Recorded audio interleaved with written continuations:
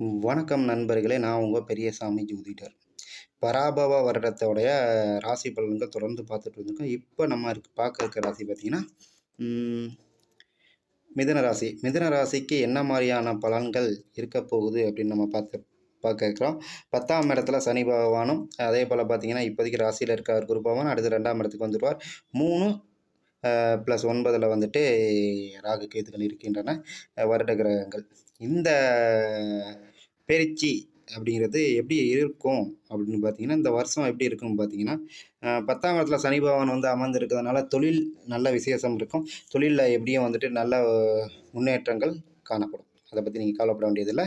அ அதுவும் இல்லாம இன்னமும் ஜூனுக்கு அப்புறம் வரக்கூடிய நாட்கள் வந்து கொஞ்சம் தொழில்ல நல்ல ஒரு இம்ப்ரூவ்மெண்ட் கிடைக்கும். சரிங்களா? அதேபோல பார்த்தீங்கன்னா, நவம்பர் மாதத்துக்கு அப்புறம் ராகு கேதுகள் பெயர்ச்சி இருக்கு. அப்பம்போது பார்த்தீங்கன்னா, குரு வந்துட்டு கேதுவோட வந்து இணைவார்.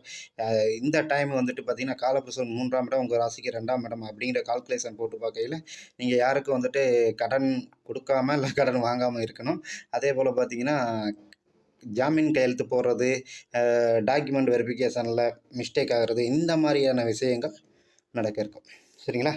அதேபோல பார்த்தீங்கன்னா, சிலருக்கு வேலை முன்னேற்றம், வேலையில நல்ல ஒரு முன்னேற்றம் கொடுத்து தெ செ செ தொழில் பண்ற இடத்துல பார்த்தீங்கன்னா, பிரச்சனையா இருந்துச்சு. அந்த பிரச்சனை விலகுறது. புதிய தொழில் பண்றது, புதிய தொழில்ல பெரிய முன்னேற்றம் அடைறது, அப்படியான சுப பலன்களும் இருக்குது. சரிங்களா?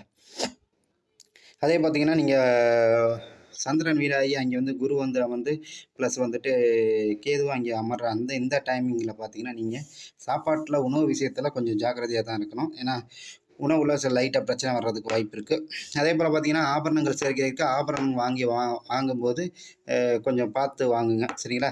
அதே மாரி பார்த்தீங்கன்னா, சு நில பலன்கள் நீங்க வாங்கக்கூடிய டைமிங்கா இருக்கு. அந்த நில பலன்கள் வாங்கும்போது டாக்குமெண்ட் வெரிஃபிகேஷன் நல்லா பார்த்து தான் வாங்கணும்.